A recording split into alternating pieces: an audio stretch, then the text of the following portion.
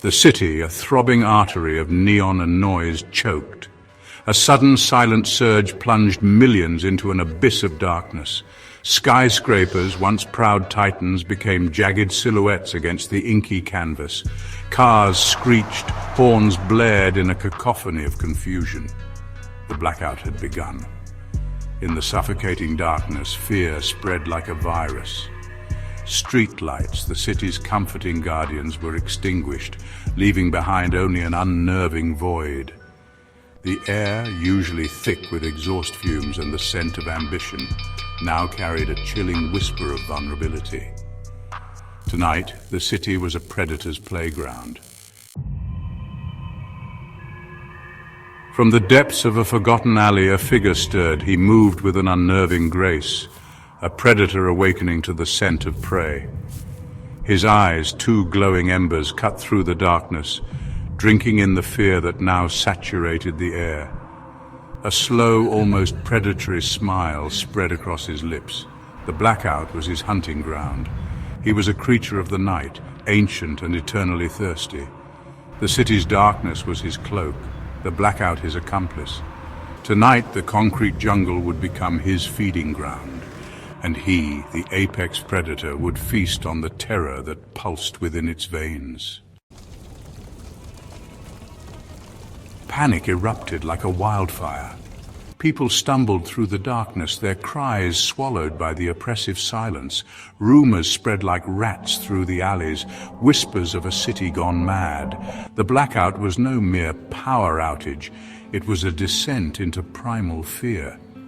Crowds gathered, their faces illuminated by the flickering glow of cell phone screens, each screen reflecting the same stark terror. The city, once a beacon of progress and safety, had been stripped bare, revealing the raw desperation that lurked beneath its glittering facade.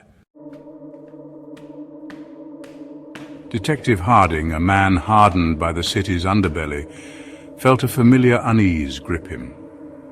The city had always been a place of shadows and secrets, but tonight it felt as if those shadows were alive, creeping closer, whispering his name.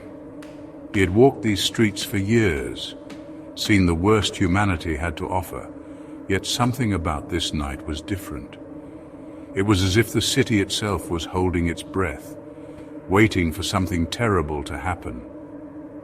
The blackout was different. An unnatural stillness hung in the air, broken only by the panicked whispers of a city on edge. The usual hum of the city was replaced by an eerie silence, punctuated by the occasional shout or the distant wail of a siren. It was as if the city had been plunged into a nightmare, and there was no waking up. He could smell it, the fear, raw and potent, a feast for something sinister. The scent of fear was thick in the air, mingling with the usual smells of the city, the garbage, the exhaust fumes, the faint hint of rain. But tonight the fear was overpowering, almost tangible. It was as if the city itself was afraid. He lit a cigarette, the ember a tiny beacon in the overwhelming darkness. The small glow was a comfort, a reminder that he was still here, still fighting. The smoke curled up into the night, disappearing into the darkness, just like the hope of the city seemed to be doing. Harding had seen the city at its worst, but this felt different, colder. The usual warmth of the city, the life and energy that pulsed through its streets, was gone. In its place was a cold, unfeeling void. It was as if the city had lost its soul. This wasn't just a city plunged into darkness. It was a city offered up on a platter to something evil. The darkness was more than just the absence of light. It was a presence, a malevolent force that seemed to be watching, waiting. The city was vulnerable, exposed, and whatever was out there was ready to take advantage. And Harding, whether by choice or by curse, was the only one standing between the city and the abyss. He was the last line of defense, the only thing keeping the darkness at bay. It was a heavy burden, but one he had carried for years. And tonight, he would carry it again, no matter the cost. Reports flooded the precinct. Disappearances, strange sightings, whispers of something moving in the shadows. Each report added another layer of dread to the already suffocating atmosphere. Harding, ignoring the gnawing unease in his gut, dove into the chaos, seeking a pattern in the madness. A pattern began to emerge. Victims drained of blood, the telltale signs of a predator far older than the city itself. A predator who thrived in the darkness, who fed on the city's fear. Harding knew the legends, the whispers of creatures who walked among us, hidden in plain sight. Tonight, one of those legends was stalking his city. Section 6. Blood on the Pavement. The rain began as a soft drizzle, a melancholic backdrop to the unfolding horror. It painted the city in shades of grey, blurring the line between reality and nightmare. Harding, standing over the latest victim, felt a chill that had nothing to do with the rain. The victim, a young woman, lay sprawled on the pavement, her once vibrant eyes staring vacantly at the unforgiving sky. 2 puncture marks on her neck, now washed clean by the rain, told a silent story of horror. Harding, his jaw clenched tight, swore under his breath. He was hunting a ghost, a phantom who vanished with the morning mist. Section 7. A clue in the shadows. Days blurred into nights, the city holding its breath, waiting for the next blow to fall. The air was thick with tension, a palpable sense of unease that seemed to seep into every corner, every shadow. The city was a living, breathing entity, its pulse quickening with each passing moment. Sleep, when it came, offered no respite, only fragmented dreams of crimson and fangs. Nightmares that left a lingering sense of dread, a feeling that something was always watching, always waiting. The line between reality and dream blurred, making every waking moment a struggle against the encroaching darkness. Harding, fueled by stale coffee and a growing sense of dread, clung to the case like a lifeline. His desk was a chaotic mess of papers, photographs, and half-empty coffee cups. Each piece of evidence was a thread, and he was desperately trying to weave them into a coherent tapestry. Then a breakthrough, a witness. His voice, trembling, spoke of a figure, pale as death, with eyes that burned like hot coals. The man's fear was palpable, his hands shaking as he recounted his encounter.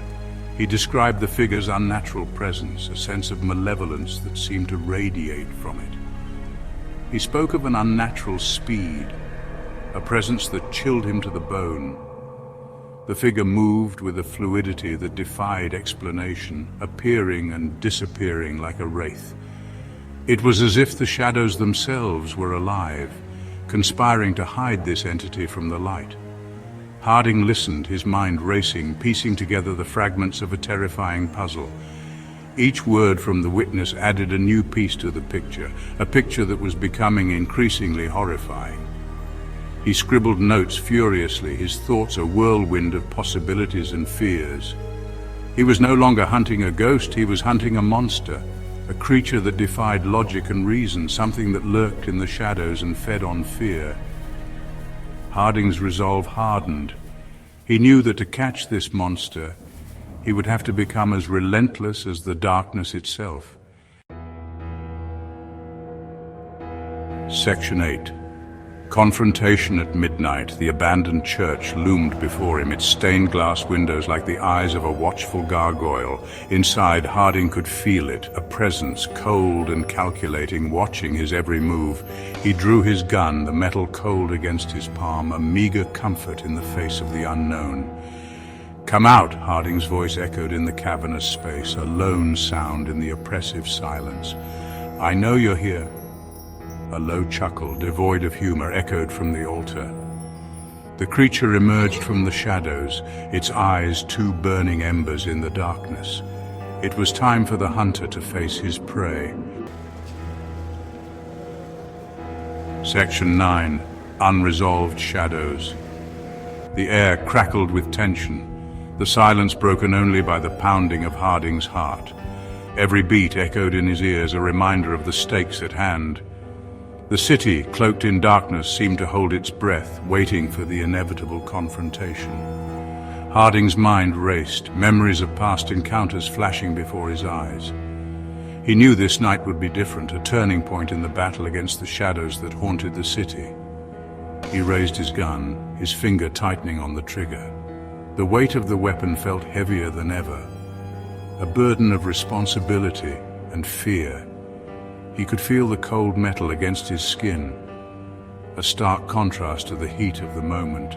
The figure before him was shrouded in darkness, its intentions unclear. Harding's breath hitched, the tension almost unbearable. But as he looked into the creature's eyes, he saw not a monster, but a reflection of the darkness that lurked within the city itself. Those eyes, filled with a mix of anger and sorrow, told a story of pain and loss. Harding hesitated, his resolve wavering. Could he really pull the trigger? Was this creature truly the enemy, or just another victim of the city's relentless grip? A shot rang out, echoing in the stillness of the church. The sound was deafening, a stark contrast to the silence that had preceded it. Harding's heart skipped a beat, the reality of his actions sinking in. The church, once a place of solace, now bore witness to a moment of violence and uncertainty. The creature hissed, a sound of both pain and fury. Its eyes burned with a fierce intensity, a mix of rage and desperation. Harding could feel the weight of his decision, the consequences of his actions. The creature's hiss echoed in the dimly lit space, a haunting reminder of the battle that had just unfolded. But as the smoke cleared, Harding found himself staring into the abyss, the creature's fate shrouded in the shadows. The darkness seemed to stretch on forever, an endless void of uncertainty. Harding's mind raced, questions swirling. What had he truly accomplished? Was the city any safer, or had he merely added to the chaos? The blackout had ended, but the city, forever marked by the events of that night, would never truly be the same.